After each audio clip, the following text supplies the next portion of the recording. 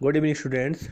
Today we will discuss chapter 15, our environment. अब जैसे कि हमारे उसमें आ रहा है मतलब कि टॉपिक में environment क्या होता है, environment बनता कैसा है, जो हमारे चारों ओर जो भी थिंग्स हैं, चाहे the physical, chemical and biological conditions, ये सब क्या है, ये सब हमारे इन्वायरमेंट को क्या करती हैं, बनाती हैं. The environment includes our physical surrounding like air and water bodies, soil and all the organisms such as plant, human beings and microorganism चाहे हमारा बैक्टीरिया हो, वायरस हो, ये सारी जिस हम जो भी चीज़ें हमारे चारों ओर पाई जाती हैं वो इन्वायरमेंट का क्या करती हैं, निर्माण करती हैं. जैसे देखो उसमें बताया गया है the physical, chemical and biological condition of the region in which an organism lives is called its environment. It includes air, light, soil, temperature, water and the presence or absence of the other organism, the condition for development or growth. अब environment has main 3 component, मतलब कौन कौन से होते हैं, physical surrounding, living organism, meteorological factor. अब हम इसे फिजिकल सराउंडिंग में क्या आता है, soil, air and water. Living organism हम बायोलॉजिकल फैक्टर भी बोल सकते हैं एक तरह से. Plant, animals, decomposers, bacteria and fungi. ये डिकम्पोजर जो रहते हैं ये सड़े गले पदार्थों से अपने क्या करते हैं, खाना लेते हैं, जैसे फंगस. अब मेट्रोलॉजिकल फैक्टर जैसे climate factor, sunlight, temperature, rainfall, humidity, pressure and wind speed. मतलब ये भी हमें कहीं ना कहीं से एक दूसरे को हमें प्रभावित करते हैं. अब आता है physical environment. It is also called as abiotic और नॉन लिविंग एनवायरनमेंट. अब हम इसे 2 हिस्सों में डिवाइड कर सकते हैं, biotic factor and abiotic. Biotic factor में क्या रहेगा कि जितने भी लिविंग थिंग्स हैं वो सब बायोलॉजिकल फैक्टर में आते हैं, इंक्लूड होते हैं. और जितनी भी नॉन लिविंग थिंग्स समझ लो, वे सारी चीज़ें आएंगी हमारी एबायोटिक फैक्टर. जैसे बताया गया है उन्होंने, it is also called as abiotic और non living environment. It include soil, water and air on the surface of the earth. Meteorological factor जो क्लाइमेट फैक्टर है हमारे, physical environment is essential for supply of nutrient elements to the living beings, provide the space to the organism for living, controlling weather of a place. अब बात आती है हमारा biotic और biological environment या factor बोल दो. अब क्या होता है, बायोटिक में सब क्या इंक्लूड होंगे, जितनी भी लिविंग थिंग्स हैं या जैविक बोलते हैं, और एबायोटिक एजैविक बोलते हैं. देखो जैसे दिखाया है, it includes plants, animals and decomposers like bacteria and fungi. Other important constituents of abiotic environment includes kites, vulture, as they feed on dead organism and act as a scavenger, cleaning agents of the environment. मतलब कि जितने भी vulture वगैरह हैं, जिन्हें गिद्ध कहते हैं एक तरह से, ये सारी चीजें इंक्लूड, मतलब कि ये हमारे इन्वायरमेंट को क्लीन करते हैं. ये क्या करते हैं, फीड ऑन डेड ऑर्गेनिज्म. अब बात आती है हमारी इकोसिस्टम की. A community of a organism interacting with each other plus the environment in which they live with they also interact.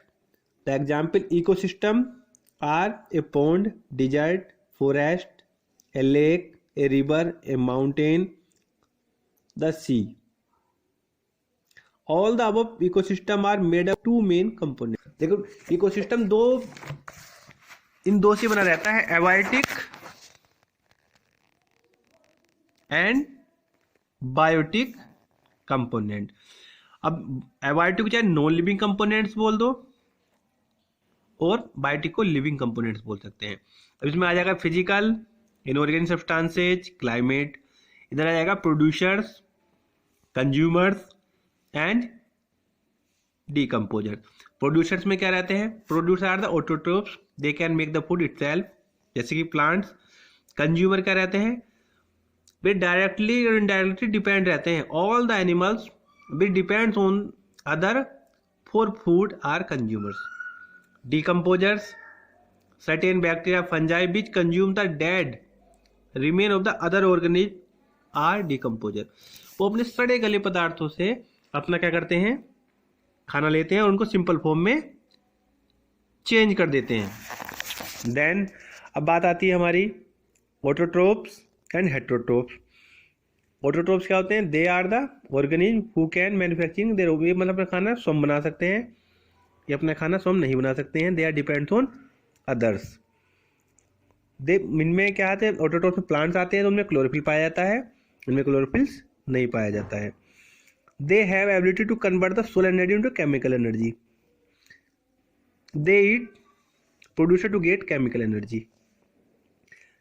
They constitute from trophic level in a food chain. They from second and a higher trophic level in food chain. अब बात आती है हमारी food chains की। अब food chain में क्या रहता है कि एक सीक्वेंस में चलती है, इसकी एक डायरेक्शन रहती है, सीरीज में चलती हैं। इसमें क्या रहता है कि जो एक दूसरे को खाने के लिए एक दूसरे पर डिपेंड रहते हैं और उनको खाते हैं और देन क्या करते हैं? एनर्जी का क्या होता है? उसमें ट्रांसफर होता रहता है। तो ये क्या फूड चेन में क्या होता है? एक सीधी श्रृंखला रहती है, मतलब एक डायरेक्शन रहती है, सीधी डायरेक्शन में चलते हैं।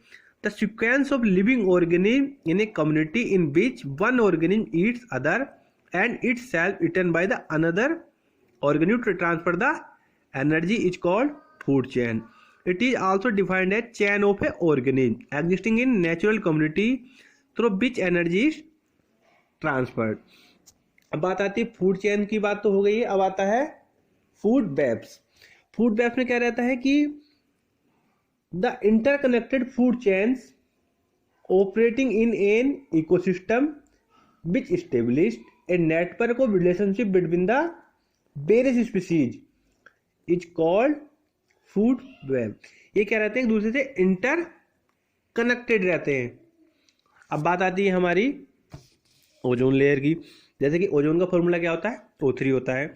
अब क्या है कि हमारी ओजोन लेयर में डिप्लीशन हो रहा है, एक छेद होता चला जा रहा है. वो क्यों हो रहा है? जितना भी हमारा पोल्यूशन है, पोल्यूशन की वजह से हमारे डिप्लीशन हो रहा है. Ozone is a molecule formed by the atoms of oxygen, unlike oxygen which is required for respiration by aerobic form. Ozone is a deadly poison at the higher levels of the atmosphere. Ozone performs an essential function.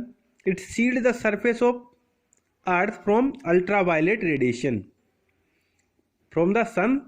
This radiation is highly damaging to organisms. For example, it is known as cause skin cancer in human being. या ozone layer रहती है, हमारी पृथ्वी को covered करती है.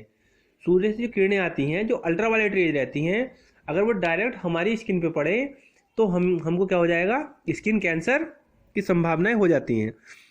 Ozone at higher levels of the atmosphere is a product of UV radiation acting on oxygen molecules. The higher energy of UV radiation split the apart sub molecular oxygen into free oxygen. अब देखो जैसा कि हमें दिखाया गया है, O2 UV हो जाएगा O + O2 O3. A depletion of ozone layer. Ozone layer gets depleted due to the use of chemicals called aerosol spray, propellant like chlorofluorocarbon. Depletion of ozone layer would cause skin cancer in man and animals and severe damage of the plants.